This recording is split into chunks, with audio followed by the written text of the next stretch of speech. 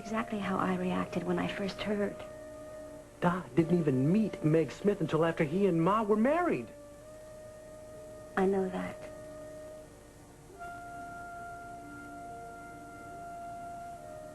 Jill, now come on.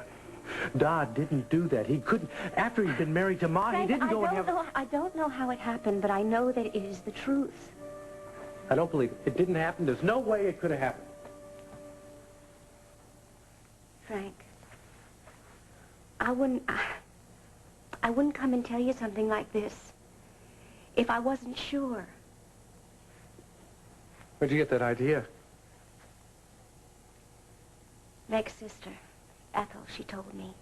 Oh, Ethel Monroe. Well, if it's Ethel Monroe, then I understand. At least let me finish. No, right? I don't want to hear any more. Ethel Monroe obviously made something up. To get back at Dad, I don't know what... There is a child. I've seen him. And so have you. So have I? Dakota. Dakota Smith is that child grown up. He's Johnny's son.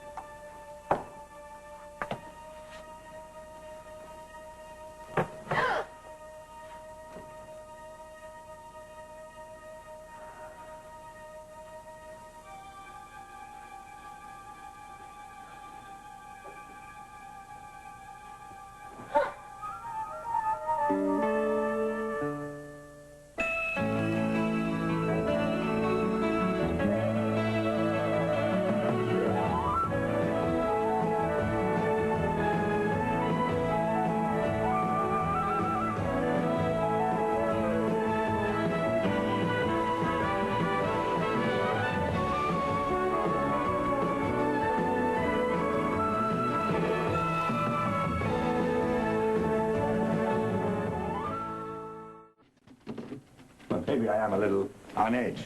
About what? Damn bequest business. Oh, dear, that again. It's just that, well, Jill's been so reluctant to talk about it.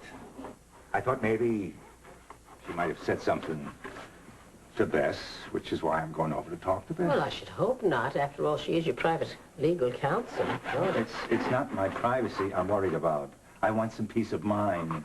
John, you'll know everything there is to know as soon as Jillian is up to doing business. Well, maybe I can't wait that long. Please, let it be. I'm not doing it to upset you. I just want to get this thing behind us once and for all. Right, at least temporarily forget about the bequest and Meg. Heavens, as soon as Jillian can deal with it, she'll tell you. Well, the thing is, maybe the girl's hurting because she found out about Meg and me, and I want Jill to know that you and I are already dealing with it. John, you have to be careful. Please. While you're trying to reassure the girl, you're going to maybe drop some information on her that's only going to upset her more. Well, I don't want to do that. Well, don't. Look, if she doesn't know anything, I'm not going to open my big yap. But if she does, I'm just going to have to try and tell her that everything's already out in the open and for her to forget about it. Maybe I should go over and talk to Jill herself. Huh? John, there's no harm in talking to Bess, but please, leave Jillian and Francis alone for now, please. Yeah, you're right. It's just that if Jill found out anything in Tennessee, I want her to know she's not bringing us any surprises.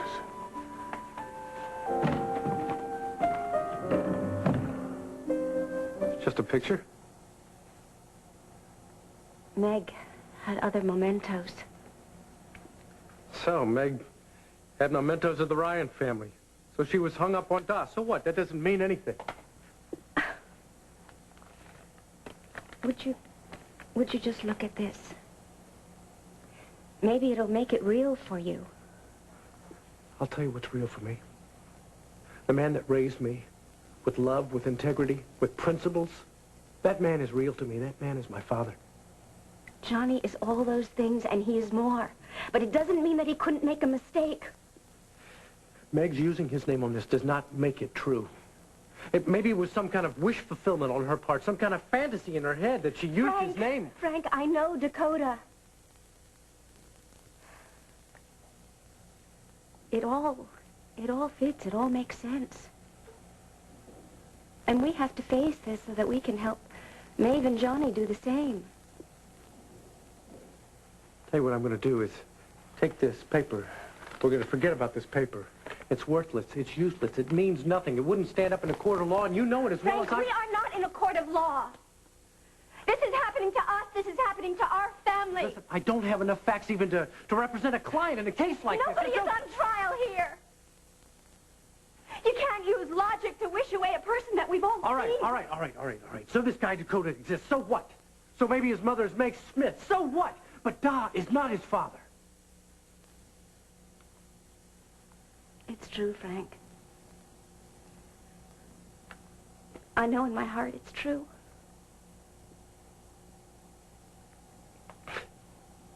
That scares me more than any piece of paper could scare me.